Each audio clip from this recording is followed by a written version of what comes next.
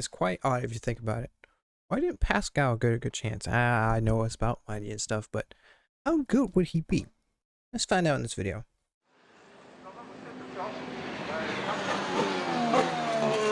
Now, disclaimer ahead, this video is, well, opinion based and theory based, so it's not realistic.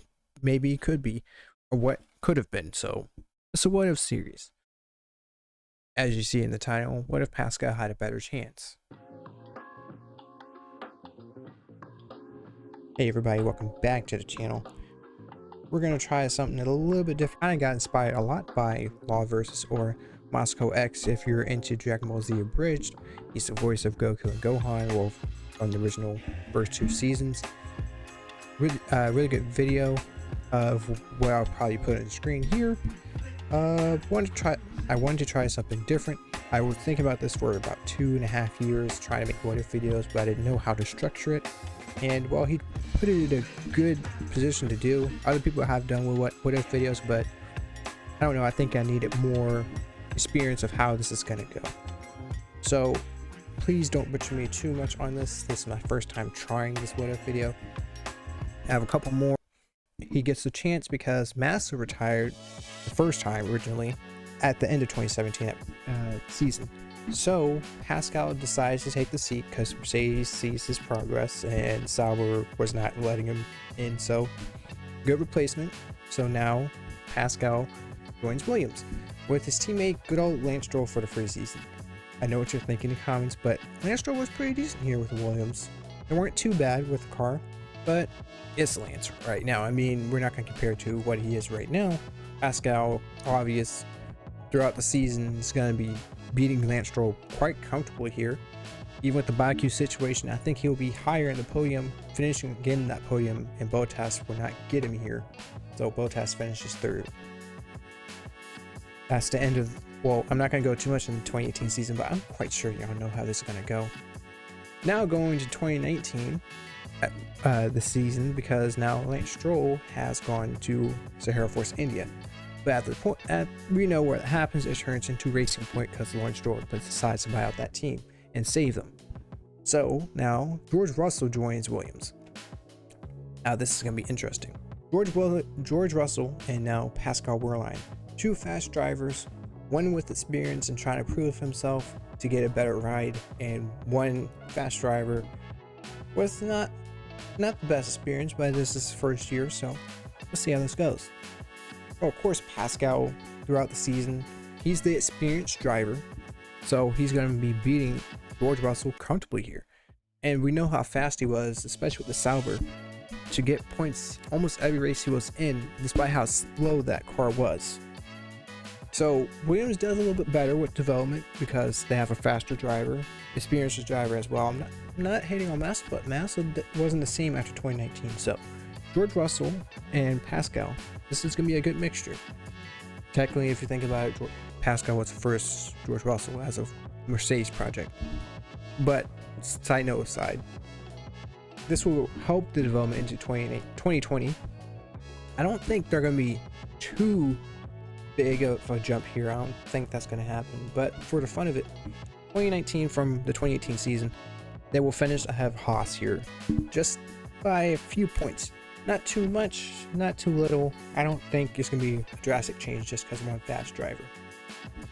2020, as we know, the late start because of the sickness that went on. This is where the timeline splits. I'm going to have a pause here in the video. This is the continuation. I will have something after the video, which will be up to you, and I'll let you know here. But this is the main timeline. And yes, we're going to do different timelines. Main timeline here. Sebastian Vettel is deciding to leave Ferrari at the end of the 2020 season. So, where would this go? Who will fill these spots of what happens in the transfer market here? Pascal surprisingly goes to Ferrari. Now I know it doesn't make sense because he's at the bottom grid, but it makes sense as of why the German connection, and he was in the Ferrari Academy for a little bit. So it makes sense for him to at least take that spot. I'm sorry Carlos, but you don't get the Ferrari. I'm nothing against Carlos, but Carlos is a really good Ferrari driver, and I think to be honest, I think Pascal will be a good fitting here in Ferrari because Mercedes was not going to let him get a chance here. So he goes to the 2020 season trying to prove himself why he would deserve that Ferrari seat. Of course, they're going to struggle because of Williams. They're not there. They're going to be just a little bit faster than last season because of the development of 2 fast drivers. Now, going into 2021, his first time in Ferrari. Now he's paired with Charles Leclerc. 2 great drivers here now. Pascal wants to prove himself, and Leclerc, the Ferrari golden boy. So, I mean, there's nothing wrong with saying that because Leclerc definitely deserves it because how good he is. So, Pascal is going to be threatening there to Leclerc. He's going to perform a little bit better than Sainz, actually. I think, to be honest, on a tangent here, Pascal, if you look realistically with the Sauber, I don't think Sainz would perform the same way what Wherlin did, being a DTM champion. I think Pascal knows his way of winning, so that will help him at the time to outperform Carlos. Nothing against him, but this is just my opinion and what we saw at the time. So this is just time based on how fast Pascal was, not how he is now. 2021, they do better and easily they actually get 3rd in the constructors here. They beat up the McLarens of Carlos Sainz and Lando, but that's from the help of Vettel's development of what they did into that season. So they're going to get more podiums more often, and because Pascal's going to push Leclerc and Leclerc's going to push off Wherlin to go faster, to be better drivers, that's going to be really helpful and improvement, and especially with the experience Wherlin has. Now going into 2022, this is the new era of F1. We saw how fast the Ferrari was. Let's make this a little bit fun for 2022. Ferrari is a little bit faster because of the experience of Wherlin and Leclerc now facing someone that knows how to push him. They actually know how to develop cars, and I know it's Ferrari, so hold off here. This is just a theory.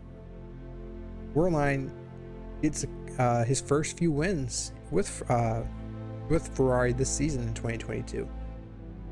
Leclerc doesn't mess up as often. Yes, he has a pressure, but he knows how to deal with it here with the experience of Pascal.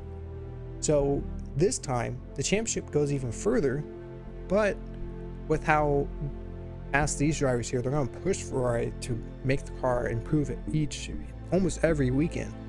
And to be honest, this is where on the main timeline here, Charles Leclerc gets the championship in 2022.